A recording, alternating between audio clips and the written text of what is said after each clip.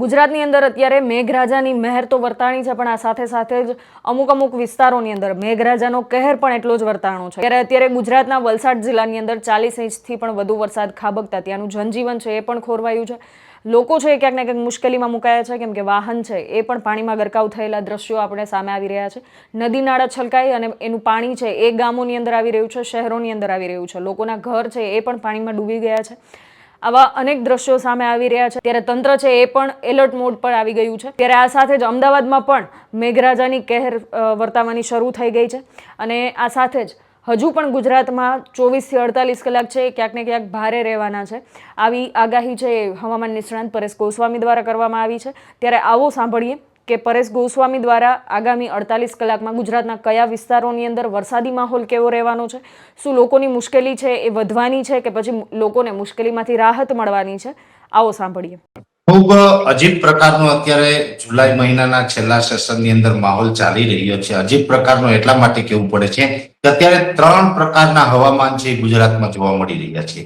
અમુક જગ્યાએ અનાવૃષ્ટિ છે, જેમ કે કચ્છ, પશ્ચિમ સૌરાષ્ટ્ર, દ્વારકા, જામનગર, પોરબંદર જેવા વિસ્તાર હોય. ઘણી જગ્યાએ હજુ વાવણી લાયક વરસાદ પણ નથી, એટલે કે અનાવૃષ્ટિ છે. ઘણી જગ્યાએ અતિવૃષ્ટિ થઈ ગઈ છે કે એક દિવસમાં એક સાથે 10 ઇંચ, 12 ઇંચ, 15 ઇંચ વરસાદ પડી ગયો હોય. અમુક જગ્યાએ મધ્યમ વરસાદ છે. ત્રણેય પરિસ્થિતિનું નિર્માણ છે. હવે જ્યાં મધ્યમ વરસાદ છે એમના માટે તો બહુ કોઈ ચિંતાનું કારણ નથી. જ્યાં વરસાદ બિલકુલ નથી તેની ચિંતા ખૂબ વધેલી છે. જ્યાં વધુ વરસાદ છે એ લોકો પણ ક્યાંક ને ક્યાંક ચિંતામાં છે. એટલે અહીંયા એક મને વાત છે પરફેક્ટ મગજમાં બેસતી દેખાય છે કે વિપત પડે ના વલખીએ, વલખે વિપત ન જાય, વિપત પડે સો ઉદ્દમ કીજીએ, ઉદ્દમ વિપત ને ખાય. વિપત તો ઘણી પ્રકારની હોય. વધારે વરસાદ પડે તો પણ એ વિપત ગણાય અને ઓછા વરસાદ પડે કે ન પડે તો પણ વિપત ગણાય. પણ હવે અત્યારે ઓલ ઓવર ગુજરાત અને ભારતભરની અંદર જોવા જઈએ તો લગભગ 8 જુલાઈએ જે આપણે વરસાદનો રાઉન્ડ પૂર્ણ થયો હતો એ પછી જે મોન્સૂન ધરી હોય છે એ મોન્સૂન ધરી ઉત્તર ભારત તરફ ખસી ગઈ હતી. કેમ કે બંગાળની ખાડીના અરબ સાગર બંને નિષ્ક્રિય થયા એટલે સ્વાભાવિક રીતે મોન્સૂન ધરી છે ઉત્તર ભારત તરફ ખસી જાય અને એ પછી ચોમાસું નિષ્ક્રિય થઈ ગયું હતું. પણ ફરીથી અરબ સાગરમાં પણ કરંટ આવ્યો છે અને બંગાળની ખાડી અત્યારે ફૂલ સક્રિય છે, જેથી કરીને ભારતભરનું ચોમાસું અત્યારે સક્રિય થયું. અને ભારતભરનું ચોમાસું જે રીતે સક્રિય થયું છે તો એ જ રીતે ગુજરાતનું ચોમાસું પણ અત્યારે ખૂબ સક્રિય છે. હવે અત્યારે જોવા જઈએ તો ઘણી બધી સિસ્ટમ છે એ અત્યારે એક્ટિવ છે. હવે આમ જોવા જઈએ તો લગભગ મને યાદ છે ત્યાં સુધી સ્વરાજ મીડિયાના મારફતે પણ મેં ઘણી વખત ગુજરાતીઓને એક સંદેશ આપ્યો હતો. આ વર્ષે અલ્નીનો છે એ સક્રિય થયો છે અત્યારે. જ્યારે મે મહિનામાં, એપ્રિલ મહિનામાં, જૂન મહિનામાં જ્યારે વાત કરતા હતા ત્યારે પણ હું એક વાતનો ઉલ્લેખ કરતો હતો કે આ વર્ષે અલ્નીનો છે સક્રિય થવાનો છે, પણ ગુજરાતનું ચોમાસું કમસે કમ નબળું તો નથી રહેવાનું. આ એક ચોક્કસ વાત છે કે 15-20% ઓછા વરસાદ પડે પણ ચોમાસું બિલકુલ નબળું નથી થવાનું, સાવ નબળું નથી થવાનું. એ જ મુજબનો અત્યારે માહોલ જોવા મળી રહ્યો છે.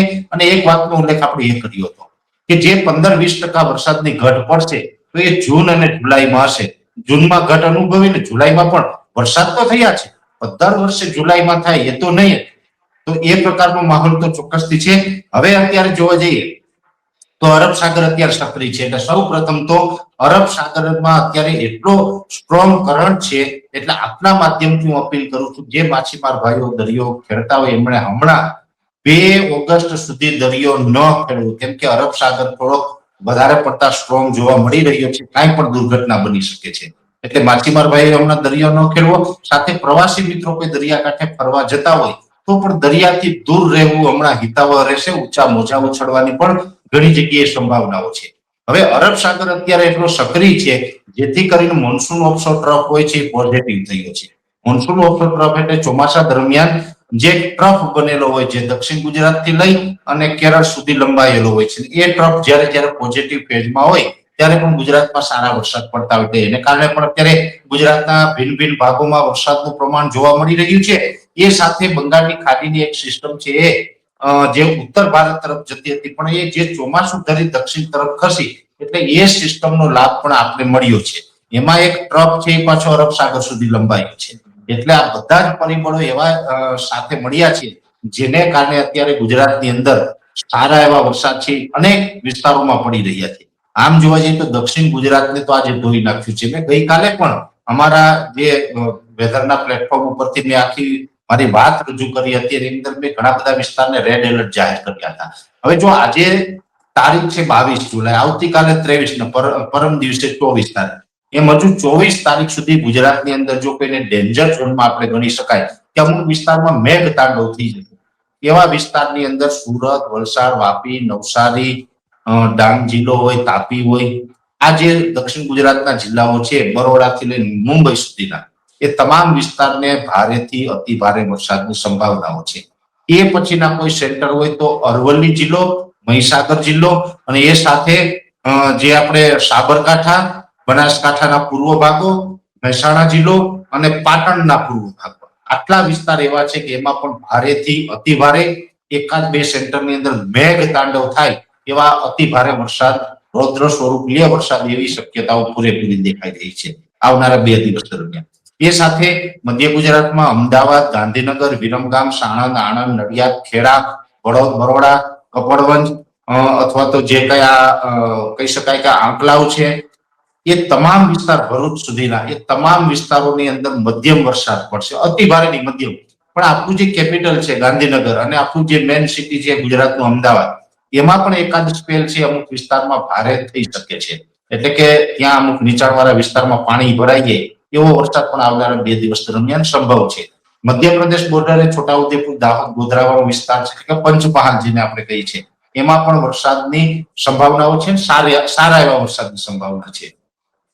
પછી આવે છે કચ્છ અને સૌરાષ્ટ્ર.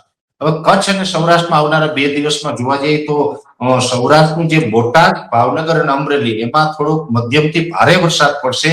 જુનાગઢ, ગીર સોમનાથ, રાજકોટ જેવા વિસ્તાર છે, મોરબી, સુરેન્દ્રનગરના વિસ્તાર છે, એમાં હળવાથી મધ્યમ વરસાદ જોવા મળશે. પશ્ચિમ સૌરાષ્ટ્રમાં હજુ 2 દિવસની અંદર કોઈ સારો વરસાદ પડે તેવી શક્યતાઓ નથી. ત્યાં વરસાદ ચોક્કસથી પશ્ચિમ સૌરાષ્ટ્રમાં જોવા મળશે, પણ આવનારા 2 દિવસ દરમિયાન હળવાથી મધ્યમ ઝાપટા નોંધાશે. એવી જ રીતે કચ્છમાં હળવાથી મધ્યમ ઝાપટા આવનારા 2 દિવસ દરમિયાન નોંધાય એવી શક્યતાઓ છે. પછી આ 24 તારીખ પછી આ જે સિસ્ટમની અસર પૂરી થાય, ટ્રફની અસર પૂરી થાય, પાછળ પણ બીજી એક સિસ્ટમ અત્યારે આવે છે. અને હવે જો અત્યારે જેમ અલગ અલગ મોડેલોના આધારે જે અમારું પ્રિડિક્શન છે, અલગ અલગ સેટેલાઇટના માધ્યમથી પ્રિડિક્શન કર્યું છે અને મિટિયોલોજીના સિદ્ધાંત ઉપર અમે એટલું ખાસ કાળજીપૂર્વક જોયું છે કે દ્વારકા, જામનગર, પોરબંદર અને કચ્છ, આ જે 4 જિલ્લા એવા છે જેના માટે ખૂબ ચિંતા છે. એની વ્યક્તિગત મને પણ ચિંતા છે. ખેડૂત તરીકે હું એનું દર્દ, દુઃખ સમજી શકું છું.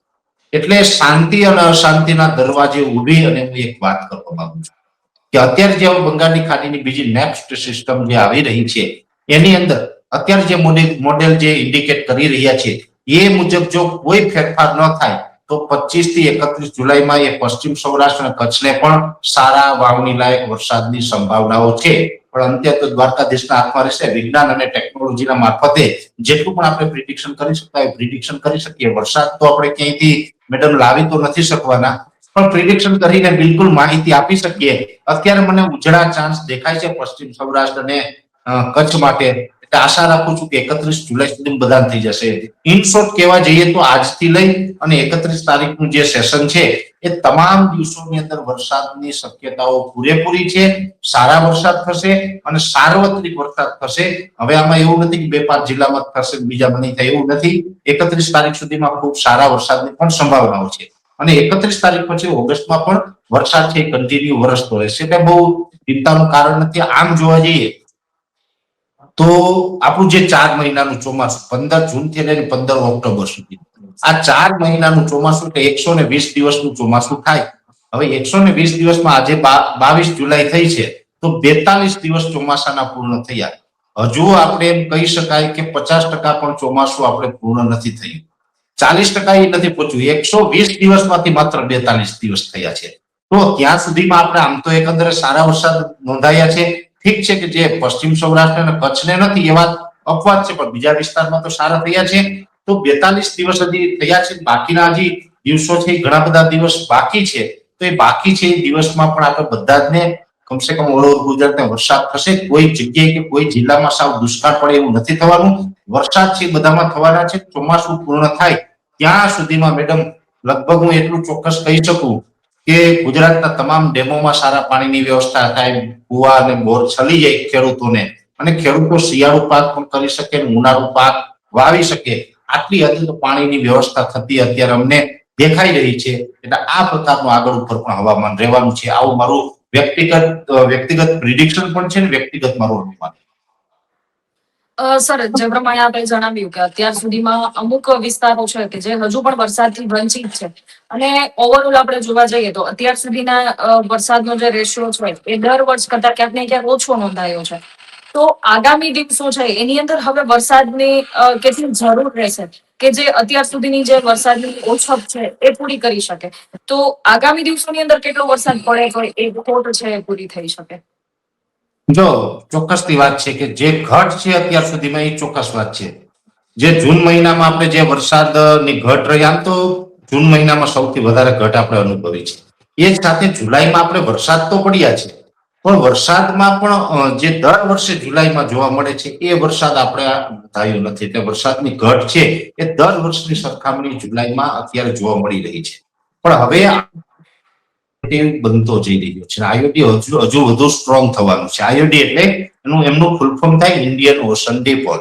એટલે જે હિન્દ મહાસાગરનું તાપમાન હોય એ ફેવરેબલ રહે તો પણ આપણે ચોમાસા દરમિયાન સારા વરસાદ પડતા હોય. અલનીનો સક્રિય છે ને ઓગસ્ટ અને સપ્ટેમ્બરમાં તો અલનીનો હજુ વધુ સ્ટ્રોંગ બનવાનો છે. છતાં પણ આપણે આઈઓડી નો લાભ મળશે. એટલે ઓગસ્ટ અને સપ્ટેમ્બરમાં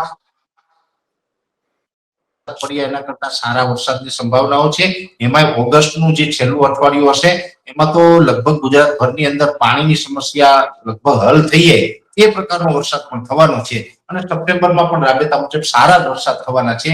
એટલે અત્યાર સુધી આપણે જે ઘટ અનુભવી છે એટલી બધી ઘટ આગળ ઉપર આપણે નહીં જોવા મળે. પણ હા, એક ચોક્કસથી છે, ગયા વર્ષે 109% વરસાદ હતો, આ વર્ષે વધીને 90 થી 93% સુધી થશે. એટલે 15-17%ની ઘટ છે એ તો ગયા વર્ષે સરખામણી રહેવાની છે, એવું મારું માનવું છે. તો આમ હવામાન નિષ્ણાંત પરેશ ગોસ્વામીના કહેવા અનુસાર આગામી 48 કલાક, આગામી 24 થી 48 કલાક છે એ ગુજરાત માટે ભારે રહેવાની છે. કેમ કે મધ્ય ગુજરાત અને ઉત્તર ગુજરાતની અંદર વરસાદી કહેર છે ક્યાંક ને ક્યાંક યથાવત રહેવાનો છે. આ સિવાયના અમુક વિસ્તારો છે જ્યાં 10 ઇંચ કે તેનાથી પણ વધુ વરસાદ વરસી શકે છે. આ સાથે જ છોટાઉદેપુર અને ગોધરા જેવા વિસ્તારોને પણ રેડ એલર્ટ તરીકે જોવામાં આવી રહ્યા છે. કેમ કે અમુક વિસ્તારોની અંદર 10 ઇંચથી પણ વધુ વરસાદ વરસી શકે છે. સાથે જ અમદાવાદ અને ગાંધીનગરની અંદર પણ આગામી કલાકોની અંદર સામાન્ય કરતાં વધુ વરસાદ નોંધાઈ શકે છે. આ સાથે જ આજ રાતથી જ વરસાદ છે એ ક્યાંક ને ક્યાંક વધવાની શક્યતાઓ છે. એટલે તંત્રને પણ એલર્ટ રહેવા માટે પરેશ ગોસ્વામી દ્વારા સૂચવવામાં આવ્યું છે. આ સાથે જ આજ રાતથી વરસાદ છે એ ક્યાંક ને ક્યાંક રૌદ્ર સ્વરૂપ ધારણ કરશે એવી પણ સંભાવનાઓ વ્યક્ત કરવામાં આવી છે. ત્યારે તંત્રને પણ એલર્ટ રહેવા માટે એક સલાહ આપવામાં આવી છે. અને આગામી 24 થી 48 કલાક છે ગુજરાત માટે ભારે રહેવાના હોવાથી તમામ લોકોને એક વિનંતી કરવામાં આવે છે કે જરૂર ના હોય તો ઘરની બહાર ન નીકળવું.